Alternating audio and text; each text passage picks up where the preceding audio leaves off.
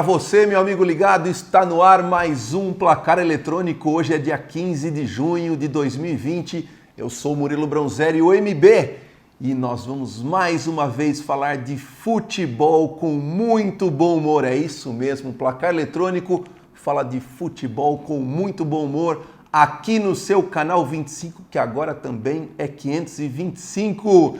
E hoje vamos falar... O futebol espanhol voltou, o Real Madrid e Barcelona ganharam. Vamos falar também do pragmático futebol alemão, onde todo mundo joga e só o Bayern ganha. A Premier League volta essa semana também. E todos os bastidores, isso mesmo, bastidores do futebol de São Paulo e os grandes clubes do futebol nacional. Tudo isso e muito mais no Placar Eletrônico que está só começando na sua tela. E hoje temos um convidado especialíssimo. Está aqui na mesa Carlos Henrique Siebert, primeiro um grande amigo, um grande irmão, um cara que me ensinou muito, não só na vida, mas aqui na televisão também. Primeira coisa, Carlos, muito obrigado pela sua presença, é um privilégio estar recebendo aqui no Canal 25. Aliás, você que foi o grande comandante no início do esporte aqui do canal. É uma alegria revê-lo e muito obrigado pela sua presença. A satisfação é toda minha. Primeiro quero cumprimentá-lo, certo? E eu me sinto muito bem aqui, eu tenho uma gratidão muito grande. Boa noite a todos. Retornar à casa onde eu fiz televisão pela primeira vez me enche de orgulho, não é? Falar de Canal 25 é falar de coração. Então eu, sem dúvida, estou muito feliz pelo convite. Eu não pude vir antes, por causa que, poxa, eu estou há 12, 13 anos em Campinas, a minha vida, apesar de morar em Jundiaí, ficou lá, então os compromissos acabam não dando certo, mas... É um popstar, né? Não, imagina. Verdadeiro popstar. Sim, o senhor é um popstar no nosso programa. E eu não aqui. Ensino ninguém, aqui a gente vai trocando ideia, trocando experiência, e eu estou muito satisfeito de estar aqui com você, sabendo que você está tocando esse projeto com tanta galhardia e categoria. Galhardia é fantástico. Faltou só falar o Baganholi aqui para me dizer o que é galhardia. Depois você procura no Aurélio. Sensacional. Bom, vamos falar de futebol aqui. O Campeonato Espanhol voltou e o Real Madrid venceu por 3-1. O Marcelo fez um gol, Toni Kroos fez outro gol, Sérgio Ramos fez gol também. E o Barcelona venceu por 4-0, mais uma vez um campeonato que vai ou Real Madrid ou Barcelona e Real Madrid. E aí, Carlos Henrique, quem vai vencer o Campeonato Espanhol? Primeiro que eu não sou pitonisa, né? Eu não consigo adivinhar ainda, não tenho essa categoria nem esse predicado, mas... Você sabe que eu estava discutindo com um colega de profissão, falando sobre esse retorno do futebol, jogar futebol sem torcida. Aliás, isso é uma coisa que não entra na minha cabeça, apesar de ser necessário. Enquanto não descobrirem uma vacina, não tem jeito de levar o público para o campo de futebol. Ou vacina ou remédio. Mas é muito estranho. Sim. Você percebe que a concentração dos jogadores não é a mesma. Você percebe a dificuldade dos goleiros, por exemplo. É muito complicado, muito complicado. Então, não dá para saber o que vai acontecer. A tendência é que Barcelona e Real Madrid vão até o final... cabeça a cabeça disputando o título, mas zebras podem acontecer. Eu tenho visto muita coisa assim, não é? Comportamento dos times estranho, um dia joga muito bem, um dia joga... Não tem aquela regularidade quando tem o treinamento. Os caras ficaram muito tempo sem treinar. Total. Então, com certeza vai ficar na mão de um ou de outro, a não ser que surja uma zebra. E o que você está falando brilhantemente, porque 3 meses sem jogar, imagina o time de bola dos goleiros. Você imagina quando voltar o Nacional, o Campeonato Brasileiro, o goleiro que ficou sem treinar 3 meses, o que vai acontecer?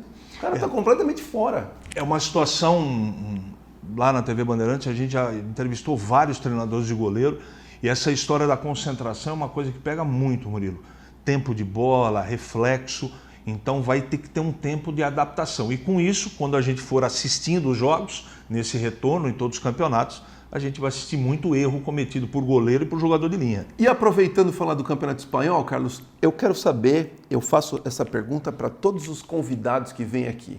Dá para colocar, dá para comparar, porque o Pelé é o número 1, mas já dá para comparar o Messi, pelo menos compará-lo com o Pelé? Existe isso ou não? Isso é uma discussão interminável, porque a nova geração acha que nós, mais velhos, somos saudosistas. Que hoje o Messi, porque é muito mais difícil jogar futebol hoje, e como ele é protagonista e melhor do mundo, e um cara fantástico, o Pelé, talvez você projetando para os dias de hoje, não dá para saber se ele faria o que o Messi fez. Só que eu quero dizer o seguinte, eu penso totalmente diferente. Você imagine o Pelé, com a preparação, com a psicologia, fisiologia, a alimentação, ele não faria 1000 e tantos gols, ele faria 3.000. Não dá para comparar. Sensacional, muito bom. Aliás, Messi que cortou a barba, né? Você gostou? Será que... Não, eu gostava do Kaká. Entendi. Eu gostava... Será que Você sabe quem algum marketing? Você sabe o cara que eu conheço em Jundiaí? Aliás, um grande abraço para essa dupla que me acompanhou aqui no Canal 25, o JB Monteiro e Nivaldo Moselli, né? Uma dupla que eu tenho um carinho muito grande, são especiais de verdade. São meus irmãos. Aliás, JB Monteiro está em quarentena na Suíça, esquiando. E eu queria dizer que Nivaldo Moselli, o jogador mais bonito para Nivaldo Moselli é Lionel Messi. Inclusive ele tem um pôster do Lionel Messi na sua sala. Ele tem uma sala que é uma espécie de escritório lá na Ponte São João e ele acha o jogador mais bonito, acha que Kaká, tudo bobagem. O mais bonito é Lionel Messi para Nivaldo Moselli. Não pode falar bem do Neymar nem do Tite perto dele, porque ele dá escândalo. Ele persegue os dois há muito tempo. É isso daí. Bom, Premier League volta essa semana, né? Sério? Boa expectativa? Excelente. Pelo menos é um campeonato equilibrado, né? É muito Não é um campeonato que só um time ganha. E é o mais rico de todos, né? Aliás, eu estou assistindo um seriado do Sunderland, que foi vendido, essa coisa toda. Vale a pena para você que está em casa, em quarentena. Eu já quase esgotei todos os seriados e filmes do Netflix, né? Não tem jeito. Mas o campeonato inglês eu sou fã, Murilo. Sou fã pela organização, pela disputa. Lá estão os melhores jogadores, né? Estão os melhores técnicos, as melhores estruturas e, sem dúvida alguma, bom pra gente, né? Que ainda não tem campeonato brasileiro e paulista para assistir, seremos brindados com o campeonato inglês. Eu sou fã, não tenho expectativa, porque a gente não sabe ainda como os times vão voltar. É que lá o Liverpool tá disparado, né? Mas o Newcastle vem aí com um bilionário agora de novo. Mas aí é para a próxima temporada, essa coisa toda. Vai ser bem legal. E o alemão, né? O campeonato mais organizado, mais disciplinado e o mais chato do mundo, porque só o Bayern ganha. É isso, não é? Mas aí é prêmio para quem é mais competente, né, Mas o Borussia podia ter ganho o jogo para ficar só 4 pontos, fazer alguma coisa quando teve o confronto direto. Tava torcendo pro Borussia em casa, não adiantou. Na Alemanha, mais ou menos o seguinte: em primeiro lugar está o Bayern de Munique, em segundo lugar o Bayern de Munique, em terceiro lugar o Bayern de Munique, em quarto o Bayern de Munique, em quinto vem o resto. É isso daí. Mas que bom, apesar de todos os desafios, né, de não ter torcida, tudo aquilo que acontece, a gente pelo menos vê os campeonatos voltando. Teve uma coisa bem interessante no espanhol, não sei se você chegou a ver a informação, o Real Madrid estava do lado, né, do estádio, no hotel, eles foram a pé pro estádio. É no mínimo inusitado, né? Isso, em função da pandemia. Aliás, na volta do Brasil, a gente vai comentar no próximo bloco, mais adiante, mas esse protocolo que os times vão ter que obedecer para retorno do Campeonato Brasileiro, Campeonato Paulista, entre outras coisas, o transporte será praticamente individualizado. Os jogadores não chegarão de ônibus mais no estádio. Vão ter que chegar carro particular, vai ter uma série de coisas.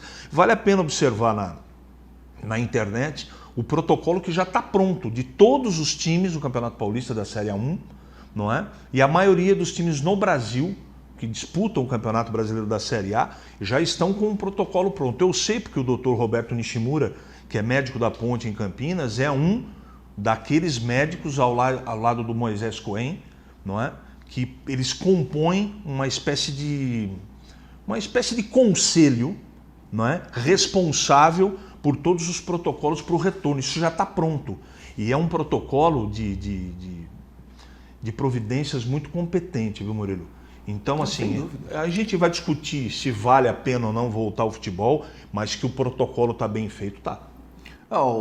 A gente tem que reconhecer que dos últimos 10, 20 anos, a gestão tanto da CBF quanto da Federação mudou, né? Em relação ao que era. E tem alguns protocolos que pelo menos estão... Mas não dava para ficar pior, né? Não, sem dúvida. Não dava para ficar pelo menos, pior. Pegando os campeonatos que já estão, obviamente estão copiando, estão pegando modelos já que são... Mas o problema é que no Brasil envolve política, economia, uma guerra nuclear, né? E corrupção. A gente não sabe, exatamente. E a gente não sabe como fica essa volta. Vamos falar aqui, por exemplo, o Campeonato Carioca. Tem uma briga lá entre tá o Flamengo e o Vasco de um lado, Fluminense e Botafogo do outro. Aí fazem reunião, não chamam os dois presidentes, você não sabe o que vai acontecer. É no mínimo constrangedor isso, né? Pro futebol, para a federação, para tudo que acontece. É ou não é? Não houve quarentena no Brasil. O que o que está sendo feito é um grande paliativo. Existe uma confusão e uma briga do governo federal com o governo estadual. Nessa briga que ninguém se entende, entrou o STF no meio para decidir que a autoridade fica no âmbito municipal e estadual. Muito bem. A justificativa é que em cada estado da União nós temos um clima diferente, uma cultura diferente. Perfeito. O problema é que nessa confusão de informação o povo está no meio. E o povo não sabe o que faz e como a quem obedece. Então, devido a essa falta de quarentena de verdade, estou falando de lockdown, que devia ter sido feito lá atrás. Sim. Nós estamos estendendo essa coisa. Hoje Jundiaí ultrapassa os 2.000 casos, mais de 100 mortos. No Brasil, nós estamos com quase 1 milhão. 1 milhão. Tá, 867 mil casos, foi divulgado ontem pelo site oficial do Ministério da Saúde, com quase 50 mil mortos. Um negócio terrível. Então, o que é prudente? Você retornar aos treinamentos sem saber quando você vai voltar a jogar campeonato, porque só tem sentido você voltar a treinar quando souber quando o campeonato retorna. Data. Porque o que acontece? Não, o protocolo protege os jogadores e o staff.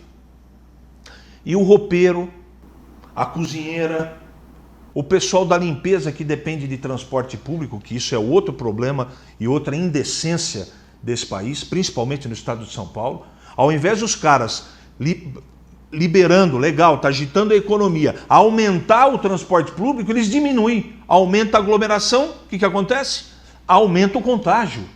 Então, e tem outro aspecto financeiro que eu vou falar na sequência. Então, o protocolo protege os jogadores de comissão técnica. O staff que precisa estar lá não protege, porque o cara precisa do transporte público para ir para o estádio.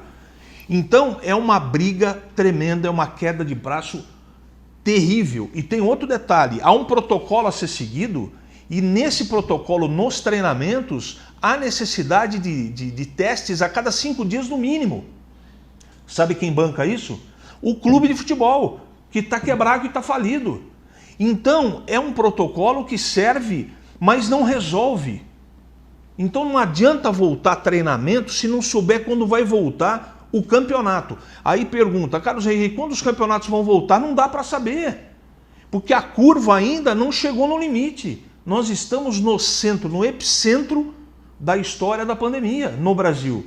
Em outros lugares está se voltando porque o estágio é diferente.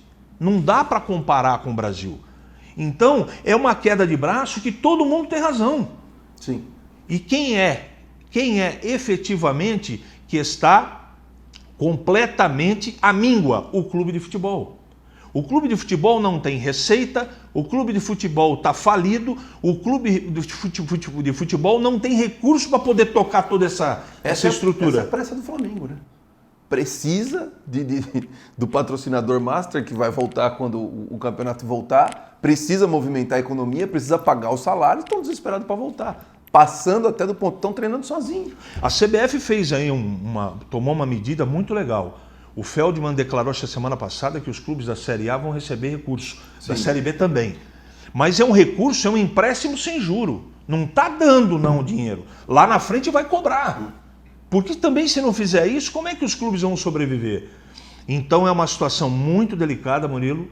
É uma situação muito crítica dos clubes de futebol que eu, sinceramente, eu não sei o que vai acontecer.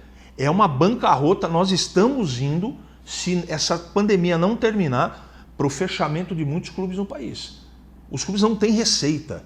Não tem receita. Veja o que aconteceu, para fechar, com o Noroeste de Bauru. Simplesmente disputando a Série A3. Em primeiro lugar. Campeonato que o Paulista de Jundiaí está disputando. Mandou todo mundo embora, inclusive funcionários, e não sabe nem se vai voltar. Isso é um exemplo, diante de muitos que tem no Brasil. E me fala uma coisa. Então, no Rio de Janeiro, sim, todo mundo tem razão. Cada um vai puxar sardinha para o seu lado, para o que mais interessa. Ninguém pode, não é que ninguém quer, ninguém pode pensar no bem comum porque a situação é crítica para os 4. Claro, claro. E se não volta, não tem receita. E aí, obviamente, é uma bola de neve que vai se formando para os 4, inclusive. E a pressão está acontecendo para retornar ao campeonato porque a televisão, tanto no Rio como em São Paulo, já pagou adiantado. E os presidentes das federações não sabem o que fazer. Sim. Porque a televisão, eu quero o campeonato, senão vocês vão ter que devolver dinheiro. Então a situação é muito complicada. Outra coisa que eu vi que foi legal que a CBF também fez em relação à arbitragem. Pagou o salário, entendeu? E está pagando ali e falou ontem que é uma doação mesmo e que não tem volta, não é empréstimo, nada. Devia ter feito isso, prefeito legítimo, com os clubes também, não só emprestar, fazer doação, porque não tem jeito. Não tem CBF sem clube de futebol. Não tem futebol, não tem campeonato sem os clubes. Sim. Então a CBF tinha que ter pensado lá atrás. Tem clube da Série B que não tem como entrar em campo. Não tem dinheiro para pagar conta de energia e conta de água. O negócio é muito sério, Murilo. E me fala uma coisa, o Jorge Jesus ali renovou o seu contrato. Quando voltar, óbvio, né? Vamos ter a data, tudo bonitinho. O Flamengo é candidato a ganhar tudo. O Jorge Jesus elevou o nível técnico dos nossos treinadores. Está obrigando o técnico brasileiro que é preguiçoso. Por que técnico brasileiro não é contratado no exterior? Porque não fala mais do que uma língua. Isso é o princípio básico para o treinador. Vê o que o Felipão sofreu lá no Chelsea. Não tem jeito. Em Portugal ele fez sucesso, porque é a mesma língua. Caiu, inclusive. Caiu, mas foi derrubado pelos próprios jogadores. Sim. Filipão, que eu tenho um grande respeito por ele, apesar do 7 anos. Droga e companhia limitada. Eu tenho muito respeito por ele. Então o que acontece? O treinador preguiçoso brasileiro não pesquisa, não estuda. Não é só passar uma semana lá no Barcelona, sentar a bunda na arquibancada e ficar olhando o treinamento. Tem que pesquisar, tem que estudar, ver o que está acontecendo, fazer o intercâmbio. A presença de mais uma temporada do Jorge Jesus faz um bem tremendo para o futebol brasileiro. E os clubes que corram atrás agora, porque senão o Flamengo vai ganhar tudo de novo, mais uma vez. E voltou a treinar ainda, né? Os caras estão treinando, você vê a imagem lá, os caras treinando, e o Jorge Jesus pegando nos caras e batendo firme ali. Ele realmente é... Sou fã do Portuga. Sou fã. Que beleza. E a segunda pergunta é a seguinte, já que falando de estrangeiros, Sampaoli no Atlético Mineiro. E aí, senhor...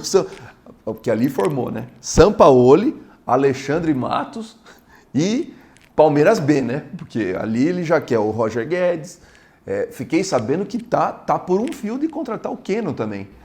Keno também, que tá ali. E aí, o Sampaoli no Atlético Mineiro, vai dar certo? O Atlético Mineiro tem dinheiro? Como está essa situação do Galo, Atlético Mineiro, Sampaoli? Essa caixa de Pandora eu não tenho resposta, não. Porque você vê, há meses atrás aí, você vê uma dificuldade grande para pagar salário. Pois é. Aí você vê Sampaoli e a gente sabe quanto custa. Só que o Atlético tem lá a história do estádio, a história do terreno, e tem investidor por trás. Que vai construir agora. Mas eu não vejo o Atlético construindo um futuro com estrutura. Me parece, à distância, me parece uma coisa mais aventureira, uma coisa de paixão, aquela coisa, poxa, vamos tentar fazer de novo o que fizemos na era Cuca lá atrás, na Libertadores, no Campeonato Brasileiro, e vejo o que aconteceu na sequência. Então, se você não faz um trabalho estruturado, como o Flamengo está fazendo desde 2012, eu me lembro numa viagem que fiz para o Nordeste, eu cruzei o diretor financeiro do Flamengo. E naquela oportunidade o diretor me disse o seguinte, nós estamos construindo o maior time das Américas. Nós equacionamos, estamos enxugando tudo na parte financeira para progredir e aproveitar o tamanho da nossa torcida. E o tamanho da nossa torcida vai fazer com que o Flamengo fique o clube do tamanho da sua torcida. Falei, pô, esse cara tá com brincadeira, né? Naquela época o Flamengo devia 5 bi ou 6 bi. E quase caindo para a Série B todo ano, era candidato. E o que aconteceu? Sanaram as dívidas, fizeram um projeto, levaram profissionais do mercado de trabalho, né? profissionais da área sim, gestão. Levaram gestão e o Flamengo ficou do tamanho que está. Para anunciar um grande veículo de mídia social, né, de internet, vai fazer um negócio gigantesco, maior do que era o B2S, que é um banco importante também. Quer dizer, dinheiro faz dinheiro, né, Murilo? Mas tem que ter seriedade e tem que ter gestão.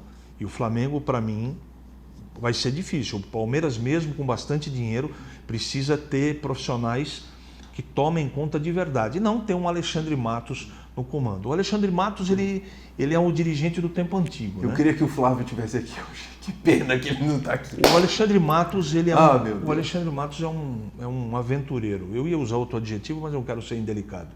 Eu não consigo enxergar, né? Até eu e você, com o dinheiro que foi gasto no Palmeiras, até eu e você tocaríamos o futebol daquele jeito. Ah, deu errado? Manda embora, contrata outro. Manda embora, contrata outro. Assim até eu. Eu quero ver o cara trabalhar com orçamento e fazer o orçamento funcionar e o time dentro do campo vencer. Aí eu quero ver. Sem dúvida. Mas aí vem toda a diferença, né, que você está falando, que no segundo bloco a gente vai falar do Palmeiras também. Enquanto tinha Paulo Nobre, que falava assim, filho, quem manda sou eu, você vai lá e eu assino, eu aprovo. Depois a sensação que deu é que ele podia aprovar, desaprovar, ele podia trabalhar com qualquer dinheiro do mundo, ele estava, posso errar, se errar não tem problema. A distância me parece que falta de gestão, né? Esse presidente do Palmeiras hoje, ele é um cara, ele não gosta muito de trabalhar não, né? Ele quer delegar, o dinheiro não é dele mesmo, né? Aí tem lá toda hora o socorro, né? Que a mulher da Crefisa, assim fica fácil tocar futebol, né? Aí lá na frente, sabe, o Palmeiras, eu enxergo assim uma situação bem parecida com a época da Parmalat. A Parmalat se gastava exatamente, aqui em Jundiaí inclusive, eu acompanho muito de perto isso, não é? Se gastava o dinheiro a rodo e ninguém media a consequência. Olha o que aconteceu aqui. Olha o que aconteceu com o Palmeiras antes da Crefisa. Sim. Antes do Paulo Nobre. O Paulo Nobre salvou o Palmeiras. O Paulo Nobre tinha que ter uma estátua na frente do Parque Antártico. Ele e Bandeira de Melo no Flamengo. Brincadeira. O que os caras fizeram E outra pergunta, Carlos, que é muito importante também. Eu li uma matéria ontem que a FIFA, através dessa pandemia, né, eles estão resolvendo esses problemas burocráticos mais rápidos. Daí aconteceu o Cruzeiro perder 6 pontos. E tá cheio de clube brasileiro na Berlinda para isso. Mas tem uma história do Cruzeiro que a FIFA perdeu a paciência, Murilo. Não, eu sei. Esse negócio está vindo desde 2012. Sim, eu entendi. Mas agora tem mais uma no final do mês agora. Que o fato não é perder mais 3 ou 6 pontos, é jogar o Cruzeiro para a Série C. Isso, é rebaixamento. O que a gente está dizendo é o seguinte, a FIFA, eu li uma matéria que ela está mais rápida na burocracia. E não é só, aí tem coisa do Sport Recife, do André, tem coisa do Corinthians, tem coisa do Santos, tem coisa de vários clubes brasileiros que estão super preocupados porque não tem economia, a pandemia pegou, a FIFA julgando mais rápido. Pode acontecer coisas piores esse ano ainda, hein? A verdade é que trocou o presidente, né? Acabou a corrupção. O Infantino, o presidente atual da FIFA, é um outro estágio. E outra, está todo mundo com os olhos voltados para a FIFA. Hoje existe comitê de gestão, comitê de fiscalização, comitê de aprovação. Então, ela realmente está mais rápida, mas ela deveria ter sido mais rápida há muito tempo. Não era mais rápida porque havia corrupção lá dentro. Sim, e é fundamental para todo mundo entender. A gestão do futebol brasileiro não pode ser irresponsável, como está sendo e como foi muitas vezes. Os clubes cometeram irresponsabilidades. Aí vem uma epidemia para todo mundo justificar. Foi epidemia? Não foi. Antes da epidemia já estava tudo assim, só que levando bola de neve, paga aqui, recebe ali, devolve. Isso aqui é o protelo, passa para o próximo presidente. Muito dirigente está aproveitando a história da pandemia para justificar os clubes que já estavam quebrados também. Sim. A gente está falando que a dificuldade aumentou, mas tem muito clube de futebol que já estava falido e presidente oportunista está jogando em cima da pandemia a sua total irresponsabilidade e falta de comando. E aí, imagina, começar um campeonato com menos 6 pontos. Se você é jogador, cara, você vai começar um campeonato com menos 6. E não é que o Cruzeiro foi igual quando o Palmeiras caiu, quando o Inter de Porto Alegre caiu, quando o Grêmio caiu, que era candidatíssimo a ganhar o título. O Cruzeiro, todos os jogadores estão saindo, vai ser mais um time. A arrogância não deixa. A arrogância profissional dos caras não deixa. Se eu sou presidente do Cruzeiro, eu mando todo mundo embora, faço um time sub-23 para permanecer na Série B. O primeiro ano para colocar a casa em ordem. Mas você acha que a arrogância e a prepotência dos homens lá, da torcida, não. Até outro dia, é o único clube que nunca caiu para a Série B. O São Paulino fala muito isso, eu estou criticando mesmo. Isso é uma grande bobagem, não é? O São Paulo não deveria falar porque não cai de divisão, devia falar que é tricampeão da Libertadores. Isso que dá para fazer propaganda. Sim, time gigantesco, aliás, que vai trocar de presidente agora nessa temporada e vai melhorar muito, hein? Cuidado você palmeirense. Então é o seguinte, essa história tinha que pisar, colocar o pezinho no chão, baixar a bola e falar assim, não, nós estamos na Série B e falidos. Como é que nós vamos fazer? Vende a Toca 1, vende a Toca 2 e coloca a casa em ordem. Daqui a pouco vamos falar dos 4 grandes de São Paulo, depois do intervalo, e também dos 42 anos do Corujinha aqui de Jundiaí. Vamos falar muito sobre isso. O Placar Eletrônico volta já!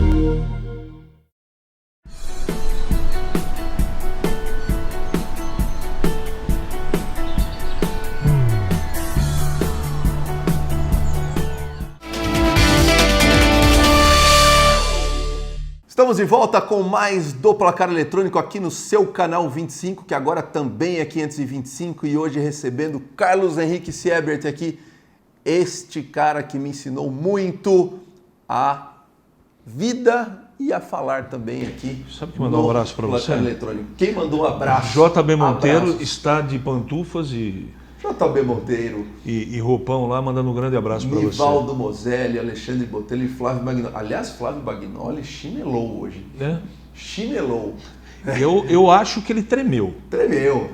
Acho que ele tremeu. Chinelinho, Flávio Bagnoli. Ah, porque falou para mim, não, vamos lá debater. Eu falei, estou pronto para debater com você, não é? É que você começou a falar do Flamengo e como ele não aguenta, ele não consegue, ele torce contra. Ele queria que Jorge Jesus não tivesse renovado. Ele não suporta a pressão do time dele não vencer nada mais não um aguenta, ano. Não aguenta. É o palestrino da mesa. Bom, vamos falar de volta aqui. E antes de falar de volta, queria que você falasse um pouquinho do seu trabalho. Como que você está desenvolvendo hoje a sua programação? O pessoal daqui de Jundiaí te vê direto na TV também. Fala um pouquinho de você, Carlos Henrique. Aliás, está brilhantando o nosso programa hoje. Eu já falei no começo do programa que eu estou muito feliz. Aqui é a minha casa. Adoro o Canal 25, comecei aqui. O John é meu amigo, não é? Quando surgiu uma oportunidade. E a única coisa que eu fiz foi indicar você, porque eu tinha certeza. Uma possibilidade de retorno meu, eu não podia por questão contratual. Aliás, muito obrigado à TV Bandeirantes pela liberação, né, ao meu chefe Carlos Batista, que é o diretor de esportes lá do canal, que eu estou há 12 anos. E eu não podia retornar com o projeto do Papo de Bola, não tinha jeito por questão contratual. E eu tenho outra atividade em Campinas, eu não tinha como fazer. Não é? Eu queria muito poder ter tempo, ter espaço para poder fazer um projeto tão bonito como você tocou aqui. Você está há quanto tempo aqui? 3 anos. 3 anos. E está fazendo muito sucesso e tocando isso aqui como ninguém. Nem eu esperava tamanho sucesso. Parabéns. Imagina. E eu estou lá há 12 anos fazendo rádio e televisão.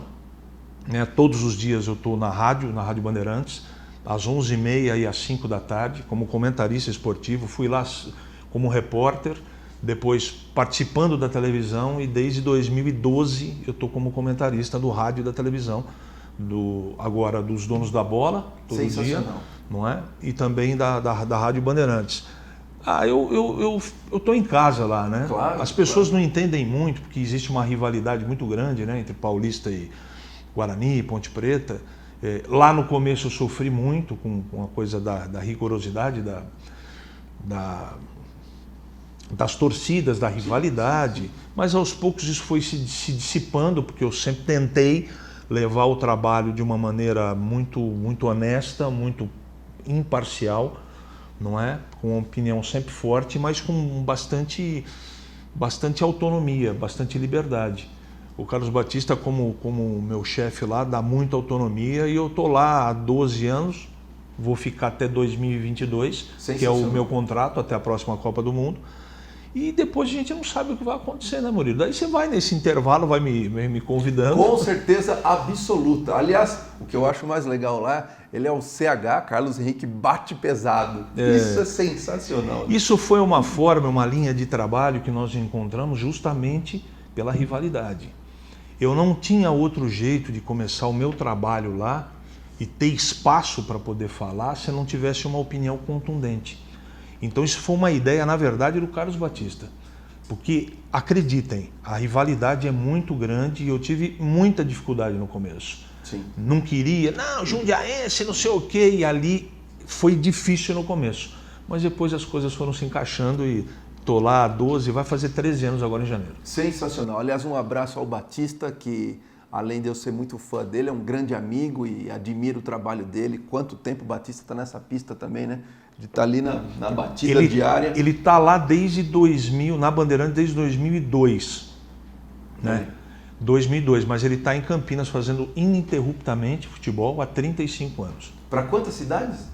Lá mais de 98 cidades a partir de Campinas. Super vencedor, super vencedor. Que legal. Um abraço, Batista. Um abraço para você e toda a sua equipe também. E hoje o CH Bate Pesado está aqui emprestado. É isso aí, que show. Ô Carlos, eu queria saber o seguinte, os clubes brasileiros deveriam ter um teto salarial, ou você acha que alguém ia dar um balão nisso, no teto, ia pagar de luva, ia pagar por fora? Deveria ter um teto salarial no Brasil, ou você acha que isso é bobagem, o negócio tem que ser meritocracia mesmo, entendeu? O cara fez uma gestão boa igual o Flamengo fez, tem que seguir e acabou.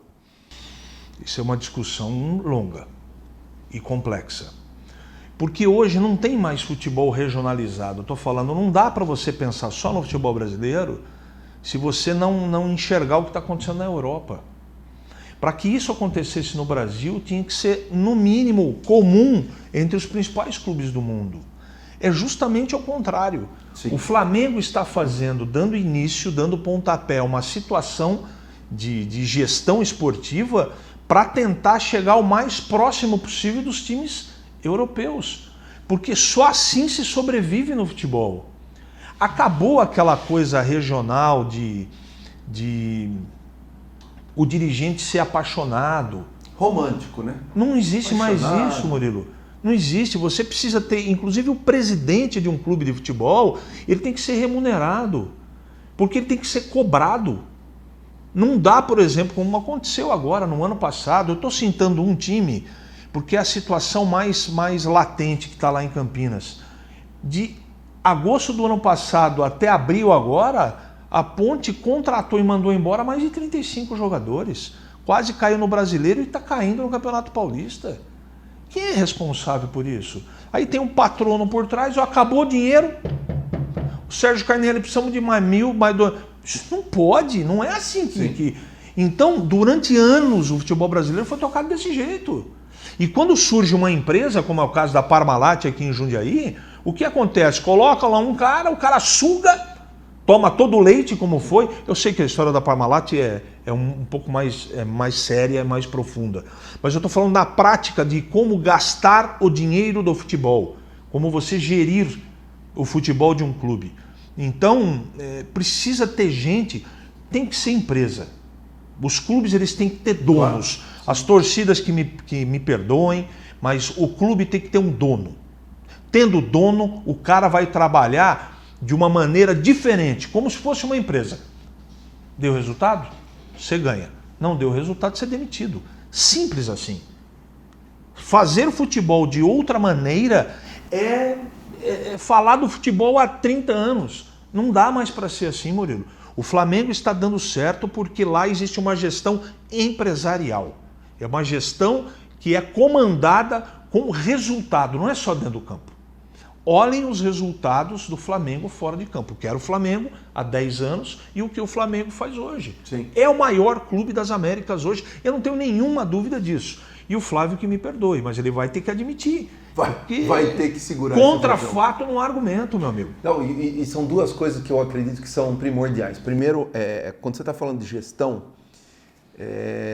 o clube brasileiro, quando ele está quebrado, e me corrija que você, obviamente, tem muito mais know-how, o clube brasileiro está quebrado, o empresário ajuda o clube brasileiro a pagar o salário, e aí, obviamente, ele, de uma maneira intrínseca, mas ele fala quem deve estar lá jogando, quem no dia a dia.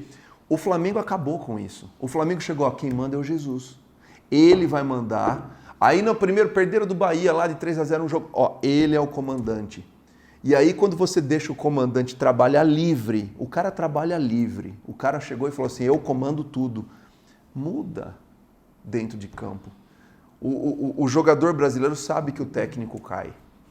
E aí, obviamente, ele fica refém. Isso é um ciclo vicioso que atrapalha demais. A figura do empresário de futebol, ela não vai acabar nunca. O que não pode é o clube depender do... É o que acontece. Em todo clube vai sempre ser assim. Ele precisa do empresário de futebol. Você tem que ter os seus parceiros para facilitar os seus negócios. Ponto. Mas você não pode chegar e ficar refém do empresário de futebol, que é o que aconteceu com o futebol uruguaio na década... Agora, recentemente, que o Uruguai ficou fora de 3 ou 4 Copas do Mundo, o futebol interno do Uruguai estava desse jeito. Sim. Os empresários eles tomaram conta dos clubes de futebol. E é o que está acontecendo no país. Isso só vai mudar ou só vai ficar dentro dos trilhos quando o Brasil deixar de disputar uma Copa do Mundo. Seu Carlosinho, você está louco? Não, não estou louco não. Você precisa chegar no fundo do poço para as pessoas serem obrigadas a fazer alguma coisa. Tem que ser feito alguma coisa.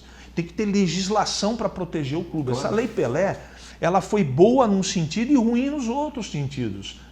Né? O clube de futebol hoje não compensa mais formar jogador. Está errada a lei.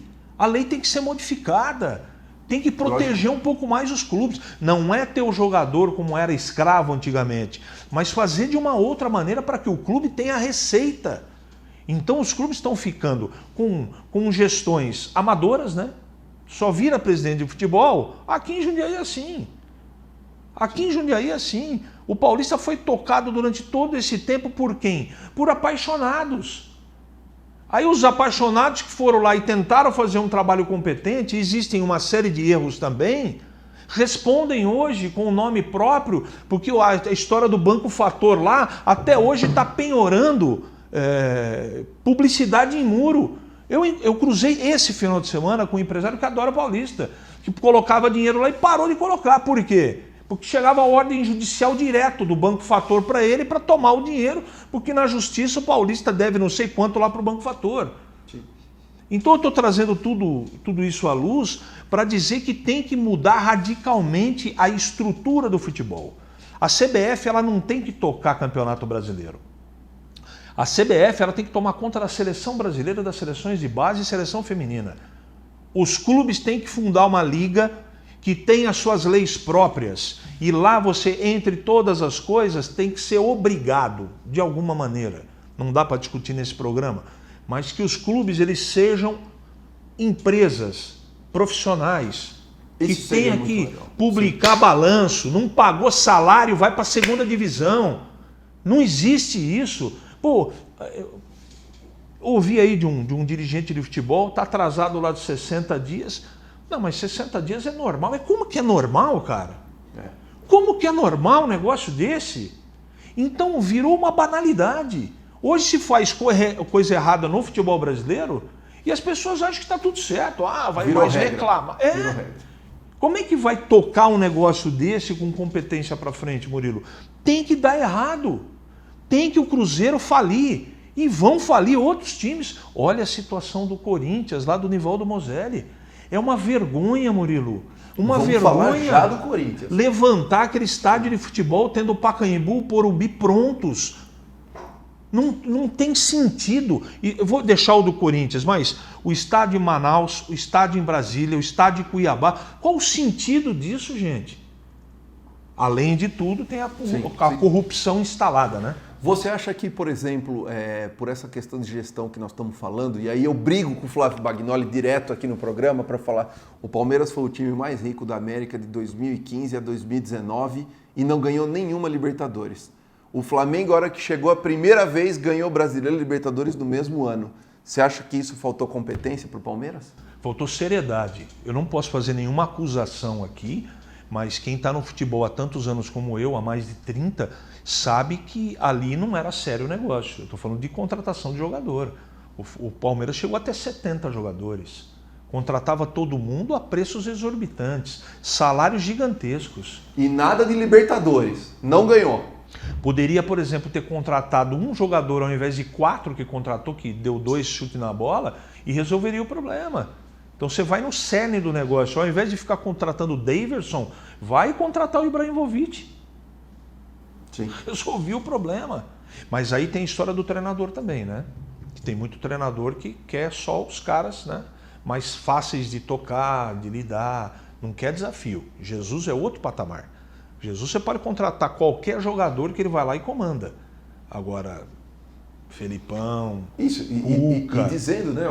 Entre outros aí, né? Com todo respeito. O Palmeiras, o Arthur Cabral está a 1 gol de fazer para ele ser vendido, né? A meta era 12 e 25 milhões que podem entrar nos cofres do Palmeiras, mas era um centroavante.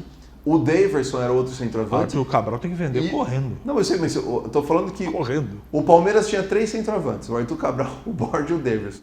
Então os 3 fora. E o time melhorou. Ou seja, o que você está falando de qualidade, não tinha nenhum. Você sabe Se juntar esses 3, pagou 40 milhões do Borja. Se eu não me engano, o Arthur Cabral veio por 11 ou 10 do Ceará. E do Daverson foram mais 26. Só desses 3 foram 77 milhões de reais. O saudoso Eli Carlos Pereira, que Deus o tenha, morreu recentemente, foi meu companheiro durante 10 anos na Bandeirantes, comentarista, foi gerente de futebol na época do Lozano Paulista aqui, um cara que ensinou futebol para mim muito, mas muito. Eu tive a alegria de conviver com Eli Carlos durante muitos anos da minha vida. Para você contratar um jogador, você tem que considerar desde lá do sub-13, olhar se o cara fazia gol no sub-13, no sub-15, no sub-17, olhar todo o histórico médico dele, de contusão, analisar, porque 40 milhões não são 40 reais. Então Sim. Você tem que fazer, porque o Palmeiras deve ter uns 10 analistas de desempenho lá. Ele tem condição de levantar qualquer dado, até o DNA do Borja. Por que eu estou tocando nesse assunto? Porque o Borja ele fez sucesso só naquela Libertadores onde o Atlético Nacional foi campeão. E contra o São Paulo ainda. Fez 4, 2 lá, 2 aqui e se consagrou. Então isso é uma coisa de oportunista. Então todo mundo falava do Borja naquela oportunidade, mas ele não valia, não vai valer e nunca valeu 40 milhões de dólares. Isso não existe. 40 de reais. 45 milhões de reais, desculpe. Então, você para gastar um dinheiro desse, você tem que tirar até o DNA do cara. E se você pegar o DNA do Borja, não dava para pagar 40 milhões, apesar de ter jogado uma barbaridade naquela Libertadores. Então é isso, a contratação sem critério ou contratação desonesta. Porque, eu repito, quando ele foi contratado, eu me lembro muito bem, não é que eu falei antes, eu disse, não vale essa grana. Esse cara jogou um campeonato bem. Olha direitinho, porque às vezes acontece. Às vezes acontece, você jogou bola, você sabe disso. Às vezes vai um time, joga pra caramba, mas você, para acreditar naquele cara, você tem que observar todo o histórico dele. E não dava para pagar 40 milhões. Como não dava para contratar uma série de jogadores que o seu Matos contratou. Numa política, numa diretoria séria, o Matos tinha sido impeachmentado no 2º ano como homem de futebol do Palmeiras. Todo mundo sabe no mercado o que ele fazia no Palmeiras. Eu não estou falando de desonestidade, tá? Eu estou dizendo de contratação, porque eu não tenho prova. Eu recebo muita denúncia sem prova. Mas falando das coisas claras, não tinha critério o trabalho dele, nunca teve. Com o Paulo Nobre tinha. Aí o Paulo Nobre saiu e aí, obviamente, degringolou, né? Processo de gestão. Quero saber o seguinte, Carlos, esse ano nós temos eleições no São Paulo, eleições no Corinthians, eleições no Santos. Além de tudo que está acontecendo, tem eleições nos grandes dos grandes clubes de São Paulo. Vamos começar pelo Corinthians, que o Corinthians disse que já está acertado com o Jô, só não anuncia porque tem que pagar os atrasados e obviamente está uma bagunça lá, e talvez o Marcinho, lateral do Botafogo, também. Vai ser uma guerra essa eleição? Não vai ser uma guerra? Você acha que o Jô é uma boa? E aí? Não tem nenhum jogador que o Corinthians contrate que seja uma boa nessa situação financeira que o clube se encontra. Você só piora a situação. Você contrata um cara, o Jô, tecnicamente falando, ótima contratação, ponto. Mas como é que você vai contratar o Jô, que não é barato, devendo salário até para o porteiro? Qual é o clima de trabalho? É a história da gestão. Estão esperando chegar o dinheiro do Pedrinho, que deve chegar ou essa semana ou semana que vem. O dinheiro do Pedrinho Pedrinho acertar os salários e aí anunciar o jogo. O dinheiro do Pedrinho faz 1 mês e meio que está para chegar e não chega nunca. Mas vai chegar. E não resolve todos os problemas, Murilo. O dinheiro do Pedrinho não resolve todos os problemas. Então o negócio é mais profundo do que simplesmente contratar um cara para botar lá para fazer...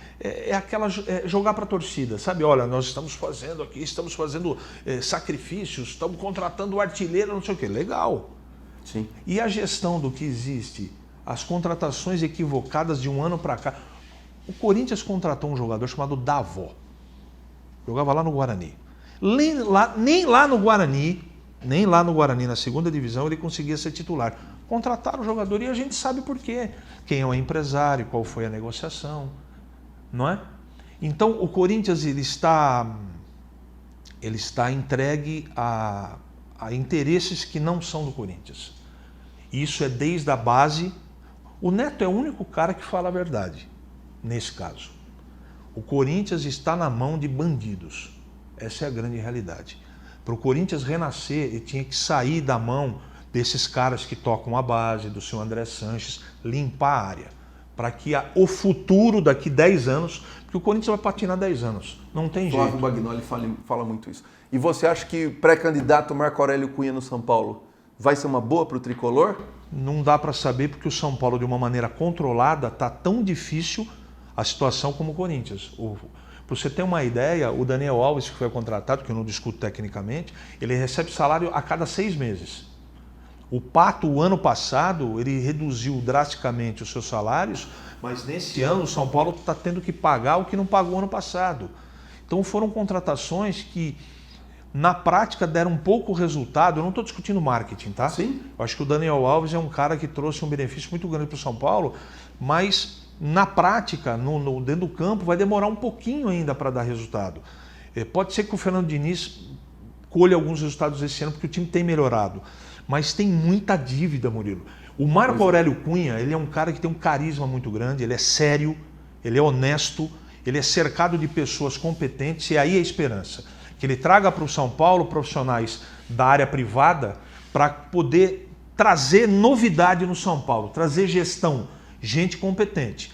Eu gosto dessa ideia e eu acho que ele vai ganhar a eleição no São Paulo. E vai melhorar o São Paulo. Também tenho certeza que é uma boa para os dois lados, que o São Paulo, obviamente, possa voltar a ter prosperidade e títulos também.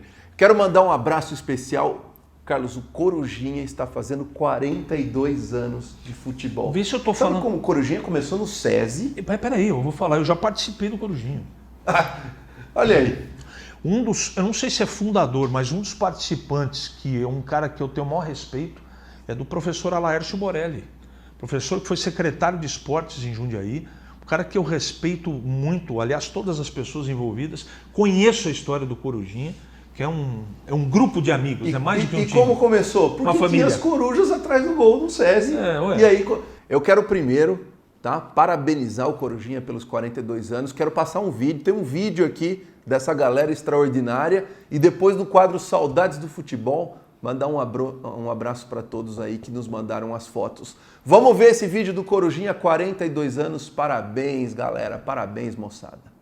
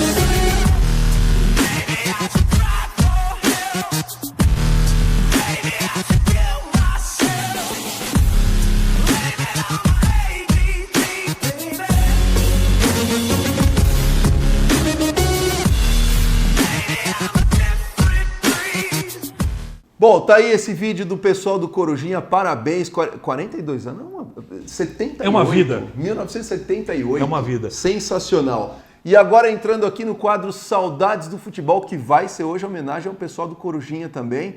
Quero colocar as fotos aqui dessa galera que bate um bolão e tá com uma saudade de jogar bola, desesperada. Vamos ver aí, colocando aqui, quero colocar primeiro aqui, tá aqui o Marquinho, a Camila, a Dona Maria e o Raspadinha, tá aqui no Itaquerão, os 4. Marquinho, um grande abraço para você, para tua família. Segundo aqui tá o Maurício, a Patrícia, o Felipinho, também corintianos, sensacional. Aqui estão o Chupeta, o João e o Juninho, vô neto e filho, respectivamente, palmeirenses com a camisa do Corujinha, sensacional essa galera.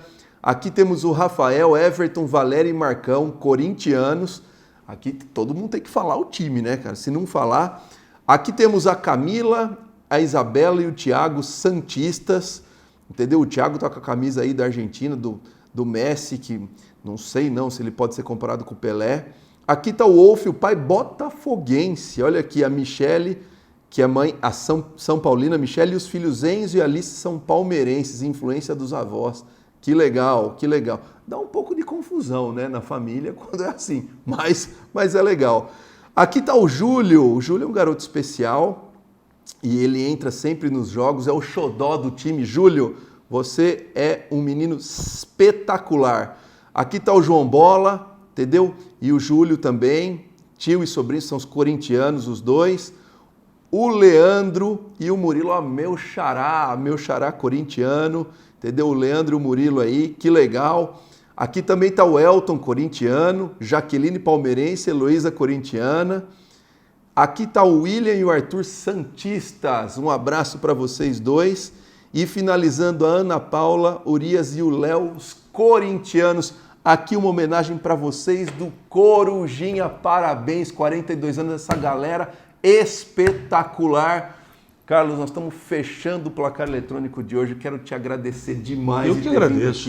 Você enriqueceu o programa com conteúdo, com seu conhecimento, com informações. É isso que o placar eletrônico quer levar para você. Uma mensagem final para o jundiaense que está nos assistindo nessa segunda-feira à noite. Um grande abraço a todos. Obrigado pelo convite. Estou muito feliz. Já falei, eu me sinto em casa aqui. Aqui é a minha casa. Eu comecei aqui. E eu tenho muito orgulho de dizer isso para todas as pessoas. Se protejam, cuidem da sua família, a pandemia ainda está aí. E eu quero dizer outra coisa importante para você que é amante do futebol. Não abandonem o Paulista, porque o Paulista é o patrimônio da cidade. Boa noite a todos. Tá aí, Carlos Henrique, mais uma vez, muito obrigado. Uma gratidão enorme que me ensinou muita coisa. Quero deixar isso também registrado, que vocês tenham uma semana abençoada e com muito cuidado, com muita responsabilidade. Valeu, um abraço a todos.